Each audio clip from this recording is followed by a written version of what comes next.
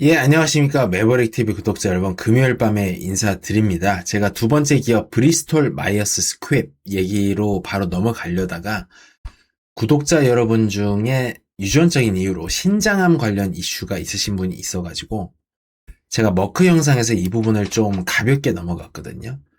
머크가 임상을 하고 있는 약 중에 웰리렉이라고 하는 약 성분명은 벨주티판이라고 합니다. 이 약에 대해서 설명을 드리려고 해요. 그리고 이제 경구 투입형 항암제들이 요즘에 개발이 많이 빅파마들에서 되고 있어서 이 부분도 항암 계통에 있어서 한번 좀 지식을 공유하면 좋겠다 이런 생각에서 말씀을 드리려고 합니다. 먼저 투병 중인 모든 분들께 이제 삶의 희망과 응원 좀 드리고 싶고요. 제가 이따가 한국의 의료보험 수가 문제도 좀 얘기를 드리려고 하고 있습니다. 신약 도입이라든지 이런 게 좀 많이 늦는 구조적인 이유가 있거든요. 신장암에 대해서 바로 들어가면 이제 신세포암이라고 볼 수가 있습니다. 신장이라는 게 노폐물을 여과를 시키는 그런 필터 역할을 하는 거죠. 노폐물을 잔뜩 싣고 온 적혈구 세포가 요 신장의 세뇨관을 지나가면 거기서 노폐물들이 걸러지고 다시 깨끗한 상태로 나가게 되는데 요 세뇨관 세포에서 뭔가 문제가 발생을 하는 게 대부분의 신장암이라고 보시면 되겠습니다. 거의 한 7, 80%가 투명 세포형인데 이 세뇨관 세포에 이제 암 인자 혹은 이상이 발생을 하면 지질과 당이 가득해져요, 세포가. 정상 기능을 못하고. 그래서 알코올 자일렌으로 인간들이 이제 표본 만들어서 딱 관찰을 하려고 준비를 하면은 다 씻겨 내려가가지고 지방하고 당질이 투명하게 보이기 때문에 투명세포형이다 이렇게 부릅니다. 아, 모든 거의 출발은 요 BHL 풀네임으로 하자면 폰 히펠 린다우 요 유전자에 문제가 생겨서 그렇게 신장암이 진행이 되는 경우가 많습니다. 자세한 건 제가 여기다가 이제 써놨는데요. 자세하게 이제 말씀을 드리겠습니다. 우선 이게 꼭 신장세포에만 적용되는 얘기는 아닌데 인체가 산소에 의해 가지고 호흡을 하고 모든 대사를 하잖아요. 근데 산소가 또 너무 많으면 안 되거든요. 근데 산소가 충분하다, 너무 많다 그러면은 요 HIF라는 거를 이제 설명을 드려야 되는데 저산소증 유도 인자라고 합니다. 하이팍시아 인듀서블 팩터라고 하는데 이게 이제 나중에 DNA한테 붙어가지고 어떤 결합을 거쳐가지고 저산소 환경에서 그러니까 이 HIF라고 하는 게 뭘 하냐면 저산소 환경에서 DNA를 자극해가지고 결국에는 이 과정이 복잡합니다. 이따 설명드릴게요. 혈관을 더 만들어내는 그러한 작용을 하게 됩니다. 근데 산소가 충분하면 아까 폰 이름이 어렵죠? 폰 히펠 린다우 VHL 요게 HIF에다가 요거를 딱 파괴해라고 딱지를 딱 붙여줍니다. 유비퀴틴이라고 해요. 요게 일반적인 메커니즘입니다. 단백질 분해하는 세포 내에서. 그러면은 프로테아솜이라고 하는 그 세포 처리 기계가 와서 딱 그 우리나라 뭐 저기 뭐야 파산하면 노란 딱지 붙이듯이 다 걷어가잖아요. 그런 식으로 처리를 하는데 이 신장암이라고 하는 거는 이 메커니즘이 작동을 안 하는 거예요. VHL 요게 작동을 안 하기 때문에 산소가 많아도 계속해서 혈관을 만들려고 하는 그러한 명령이 지속적으로 그러니까 신장에 혈관이 피떡칠이 될 때까지 혹은 다른 기관에서도요. 이게 이제 그 VEGF라고 제가 혈관 생성 인자라기보다는 그런 물질이 계속 분비돼가지고 암세포가 계속 커진다라고 말씀을 드렸는데 정확히 신장 세뇨관에서 이런 일이 벌어지는 것이 신장암이다. 이렇게 말씀드리겠고, 이 VHL 폰 히펠 린다우 유전자 문제가 생길 경우, 이게 선천적으로 이런 유전 결함을 타고나시는 분들이 있거든요. 이런 경우에 특히 이제 후천적으로 VHL 유전자가 고장날 경우에는 머크의 웰리렉 약자가 벨주티판이 이렇게 큰 어떤 인상적인 효과를 보이진 않아요. 근데 유전적인 결함일 경우에는 머크의 벨주티판이 상당한 개선 효과를 가져오는 걸로 작년부터 보도가 많이 되고 있습니다. HIF, 요 저산소증 유도인자라고 한 게 뭐냐? 어떻게 작동을 하냐 그러면 뭐 이제 얘기가 많이 복잡한데 이제 그 세포 안에 있어요. 세포라는 게 이제 막이 세포막이 있고 지질로 주로 구성이 된 그 안에 세포질, 그 안에 HIF 알파라고 하는 조각들이 있어요. 뭐 1형과 2형이 있는데 1형은 산소가 정말 지금 졸라게 급하게 필요하다. 이럴 때 나오는 거고, 지금 우리가 관심을 갖는 거는 산소가 좀 장기간에 걸쳐가지고 우리가 좀 부족한 것 같은 혈관을 많이 만들고 우리가 좀 기초공사를 해야 되겠어. 요런 생각을 하는 애들을 HIF 알파 2형이라고 부릅니다.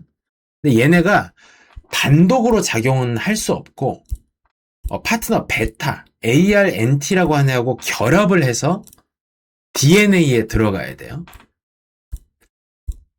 그러면은 그 HIF 저산소증 유도 인자가 하이폭시아 인듀서블 팩터, 한글 번역이 조금 이상하긴 한데 세포핵 안에 들어가서 HIF 베타하고 결합을 한 다음에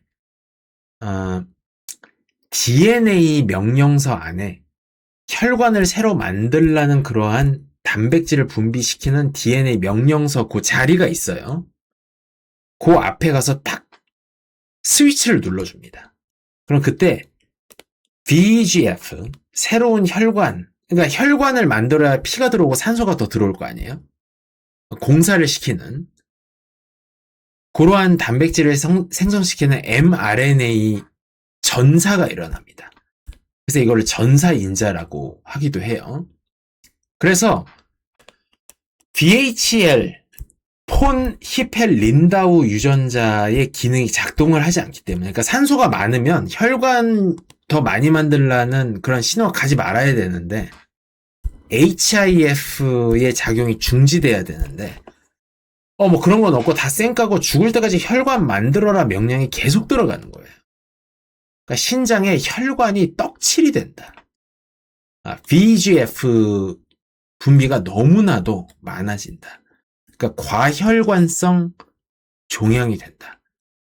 영양선을 계속 까는 거죠. 요게 이제 신장암의 가장 흔한 케이스다. 이렇게 보시면 되겠어요.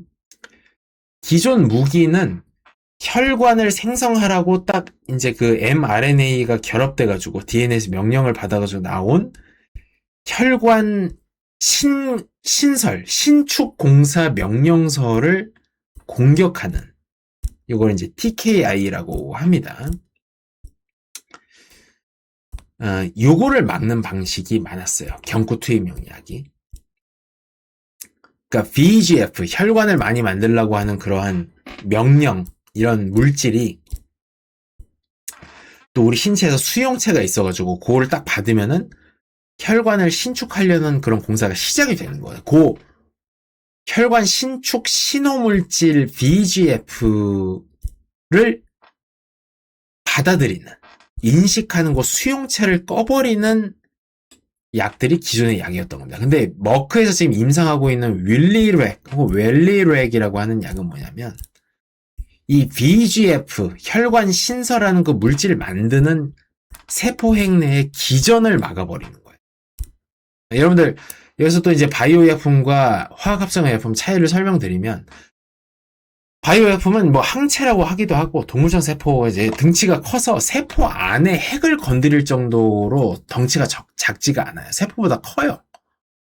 근데 화학물질, 소분자 화학합성의약품 같은 경우에는 세포 핵의 안까지 진입을 할 수 있는, 혹은 세포 안까지 진입을 할 수 있는 작은 거기 때문에 이 VEGF, 그러니까 혈관을 새로 만들려고 하는 그러한 신호물질을 합성시키는 DNA의 명령 그 버튼을 못 누르게 고기를 가는 거거든요.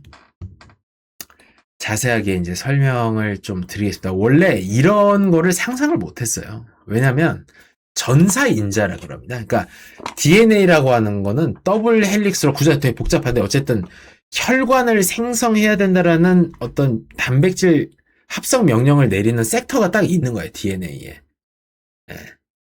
여기가 앞에 또 어떤 스위치 공간들이 있거든요. 그 스위치가 딱 들어오면은 그 DNA가 활성화돼가지고 mRNA, DNA가 단백질 합성하라고 내리는 명령을 그대로 복사해가지고 단백질 합성할 때 같이 일회용으로 섞여 들어가는 게 mRNA라고 하는 복사 명령서. 이게 나오는 건데, 이 DNA, 혈관 새로 만들려고 하는 DNA를 활성화시키는 그 스위치 자리에 아까 말씀드린 HIF 인자가 딱 세포에서 들어가야 되는데, 그 HIF 2알파, 알파 2형 여기에 원래는 아무데도 뭔가 방해해서 끼어들 자리가 없다라고 봤었는데 텍사스 대학교 University of Texas 아마 어스틴 캠퍼스가 아니고 사우스 웨스턴 캠퍼스일 겁니다. 거기 교수 2명이서 여기 빈틈이 있다라는 거를 발견한 거예요. 그래서 이거가 제가 알기로는 2019년에 노벨상을 받은 그러한 기전입니다. 최초로 세포가 산소의 어떤 함량에 따라서 어떻게 이거를 산소를 더 많이 받아들일 건가 적게 받아들일 건가 이러한 판단과 작용을 한다라는 것이 최초로 밝혀졌기 때문에 노벨상을 받은 거예요.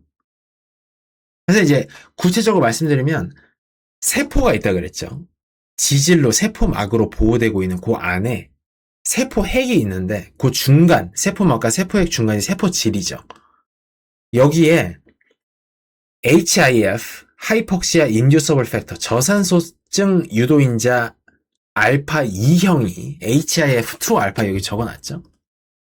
기존에는 이거의 작동을 좀 제어할 수 없다라고 언드러거블이라고 합니다. 약을 칠 수 없는 그러한 인자라고 생각을 했는데 이게 세포막으로 들어가서 HIF 베타하고 결합을 하면 이게 DNA에 딱 새로 혈관 만들어라라고 하는 그 섹터에 가서 딱 스위치를 켜주는 건데, 그러니까 2알파하고 베타하고 결합을 해야만 DNA의 명령을 활성화시킬 수 있는 거예요. 근데 이 베타하고의 결합을 하는 딱 그 지점이 있어. 알파하고 베타하고 만나는 딱. 근데 이 구멍을 이상하게 변형시켜가지고 알파와 베타를 못 만나게 한다. 요게 윌리르에게 기전입니다. 굉장히 어렵죠? 다시 한번 말씀드릴게요. 암은 계속해서 혈관을 새로 만들어 달라라고 이야기를 하는 그러한 종양 세포입니다.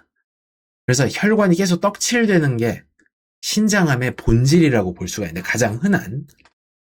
근데 이 혈관을 새로 만들려고 하는 그런 단백질 명령이 나오려면 mRNA가 먼저 분비돼서 합성을 시작해야 되고 mRNA, 그 혈관을 새로 만들려고 하는 그 명령은 DNA의 특정 섹터가 활성화가 돼야 되는데 이 특정 섹터를 활성화시키려면 앞에 스위치를 눌러줘야 되고 그 스위치는 신장의 세포, 세뇨관 세포죠. 그 세포 안에 있는 저산소증 유도인자 HIF 2알파와 베타가 결합을 해서 만들어져야 되는데 요 HIF 2알파와 베타의 결합을 기가 막히게 2알파에 전혀 비집고 들어갈 틈이 없다고 여겨졌던 데를 엄청난 정밀도의 그런 관측을 통해서 막아내버리는. 그래서 신규 혈관의 생성 명령을 더 이상 DNA가 내리지 않는 굉장히 그 상위에 있는 그런 기전에 그런 약이 윌리렉이다. 이렇게 말씀드리겠습니다. 굉장히 어렵죠, 내용이. 어쨌든 요게 모든 세포에 다 이제 적용이 돼요. 이 약이라는 게 어려운 게 특정 부위에 국소적으로 작용을 할 수가 없단 말이에요. 우리가 뭐 허벅지 살만 뺀다, 뭐 볼살만 뺀다 이런 게 불가능하듯이 이 약도 보통 그런 경우가 많거든요. 그러니까 새로 혈관을 못 만들게 하고 이러니까 대표적인 부작용이 빈혈입니다. 그러니까 새 혈관과 뭐 피를 더 많이 흐르게 한다 요런 인자를 다 꺼버리는 거기 때문에 빈혈이 대표적인 부작용으로 여겨진다. 이것도 팩트 체크를 여러 체포를 해봐야 되는데 지금 6월 달에 키트루다하고 병용 승인이 났다라는 뉴스가 있어요. 확실하지 않은데 근데 키트루다라고 하는 거는 이게 또 VEGF 그러니까 혈관 새로 만드는 거를 방지하는 약은 아니거든요. 근데 요 혈관을 새로 만들라는 요게 또 다른 작용이 이제 적혈구도 만들고 막 이런 게 있는데 면역도 꺼버려. 왜냐면 이게 보통 상처가 났을 때도 많이 이런 기전이 활성화되거든요. 새로 혈관 만들고 조혈세포 활성화시키고 이런 게. 그래서 괜히 T세포 와가지고 새로 상처난 데 보고 만드는데 와서 까부수고 이러면 안 되니까 T세포를 억제시키는 경향이 있어요, 여기가. 그러니까 혈관을 많이 만들어 신장염이 생겼는데 여기 T세포가 잠을 자고 있는 경우가 많은 거예요. 근데 키트루다의 기전은 T세포가 뭐 사실 거의 묻지도 따지도 않고 무조건 뭐 수상한 놈은 공격해라 요렇게 약간 술을 한 잔 먹이는 거기 때문에 키트루다도 신장암에 굉장히 범용적으로 병용 투여가 됩니다. 여기 적어놓은 TKI라고 하는 거는 기존에 지금 윌리렉이 아니라 DNA를 막는 게 아니라 이미 혈관 만들려고 BGF 생성 물질이 나왔는데 요 수용체를 막는 또 경구 투입 약이거든요. 기존엔 요걸 많이 먹었습니다.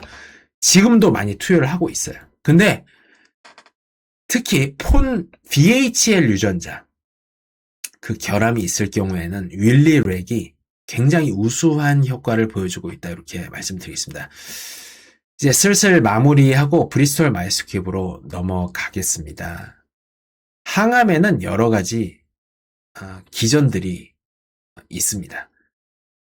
아까 말씀드린 그러니까 머크 시간에 말씀드린 키트루다처럼 면역 관문 요거를 좀 면역의 브레이크를 푸는 T세포로 활성화시키는 방식도 있지만 지금처럼 암세포가 무한 증식하고 혈관을 막 늘려내는 이러한 DNA를 활성화시키는 이러한 단백질 분해 이런 게 있고요. 그 다음에 암세포가 그 세포가 지금 자결해라 너 없어져라 이런 명령이 내려와요. 실제로 요거를 한 게 P53 라고 하는 그러한 유전자가 있거든요. 근데 이거를 또 무력화시켜요. BCL2라고 하는 거를 과발현시켜서 죽으라고 하는 명령을 무시해버리는 이런 상황이 있습니다. 이거를 막는 게 또 제가 다음에 다른 회사 소개드릴 때 벤클렉스타라고 하는 요거를 말씀드리겠습니다. 그래서 요즘에 이제 경구 투입 항암제가 굉장히 크게 발전을 하고 있는데요.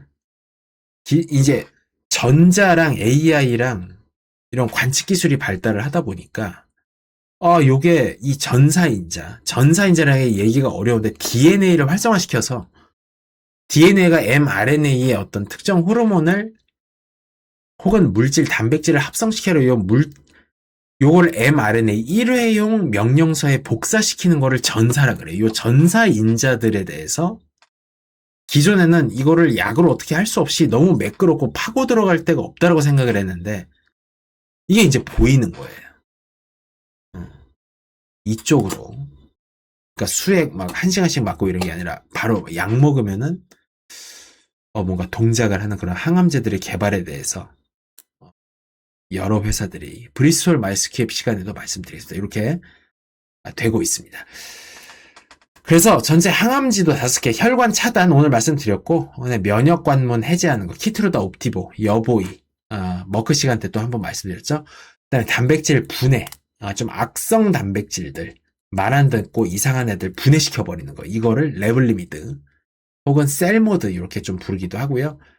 다음 시간에 자세히 말씀드릴게요. 그 다음에 자살 명령 무시하는 암세포들 갖다가 그냥 죽여버리는 거. 이러한 것도 있고, ADC랑 방사성 의약품, 이중항체 이런 것도 있습니다.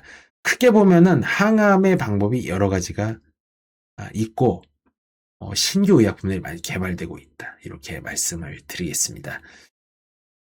투병 중인 환자, 그리고 가족분들께 응원을 보냅니다. 이제 마지막으로 한국의 의료보험에 대해서 말씀드리면, 제가 이제 한 3년 전 수치라 가지고 정확하진 않은데, 전 세계에서 이런 신약이 한 100개 나온다 그러면, 한 1, 2년 안에 한국에 도입되는 비율이 5% 남짓이 한 5개밖에 안 들어와요.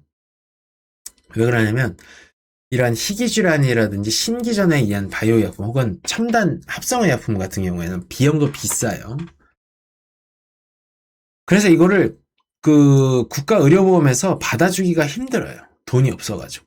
근데 돈이 왜 없냐? 그러면은 고혈압, 감기 이런 걸로 가서 계속 의료보험으로 공짜로 진료받고 처방의약품도 그냥 싸게 받고, 그러니까 죽을 병이 아니고 어느 정도 부담을 하면 되는데 수백 수천만의 사람들이 그걸 다 공짜로 쓰고 있는 거죠.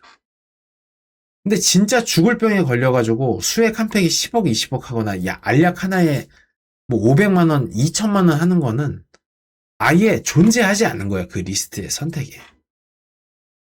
이러한 문제가 좀 있어요.